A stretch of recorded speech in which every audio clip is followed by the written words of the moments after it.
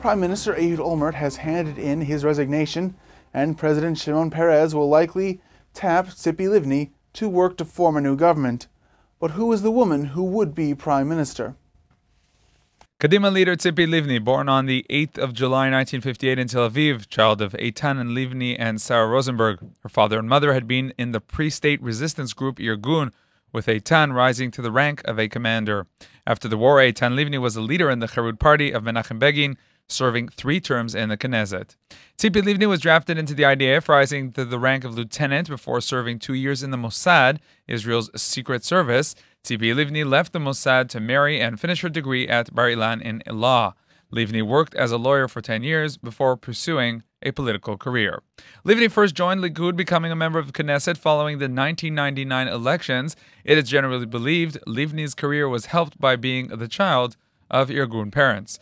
Following the return of the Likud to power under the leadership of Ariel Sharon in 2001, Livni was appointed to a series of ministerial positions, including regional cooperation and immigrant absorption. Livni had already earned a reputation as leader of Likudniks who wanted to make concessions to the PA. She declared in the past the establishment of a peaceful and prosperous Palestinian state fulfills the legitimate national aspirations of its people and is not just a Palestinian dream, it is also an Israeli interest. When then Prime Minister Ariel Sharon proposed his disengagement plan, Livni was quickly on board.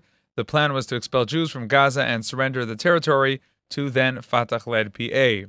Livni enthusiastically supported the pullout and was a key planner in garnering support, even causing current opposition leader Benjamin Netanyahu to vote for the plan in the Knesset, though Netanyahu later reversed himself and resigned in protest over the Gaza retreat. During the lead-up to the disengagement, when the national camp came out in mass to resist the planned expulsion, Livni was an advocate of positions which Ariel Sharon often considered too harsh.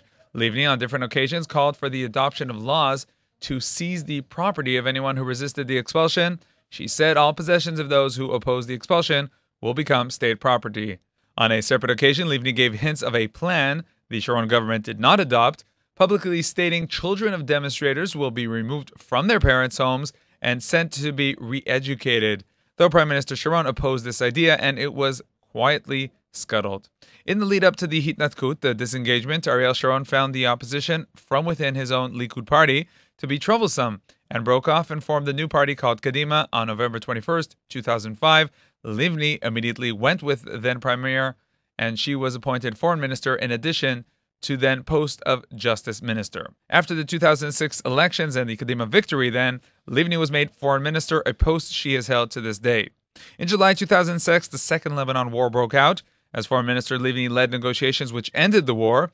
For this, the Foreign Minister has received heavy criticism, though Livni viewed the war in a positive light, stating, if the results of the war would lead to diplomatic negotiations with Lebanon, it would secure a major strategic achievement for Israel. Following the publication of the highly critical Winograd Committee report on the Second Lebanon War, Tzipi Livni began a series of ultimately unsuccessful moves to force Ehud Olmert from power, a maneuver which put a lasting strain on the relations between the Kadima leaders. It was not until the summer of 2008 that investigations against Prime Minister Ehud Olmert forced the premier to call Kadima elections, which would choose Olmert's successor. After a hard-fought campaign which saw the underdog Transportation Minister Shaul Mofaz come within 1% of the victory and allegations of vote rigging and intimidation, Tzipi Livni became the new chairwoman of the Kadima party.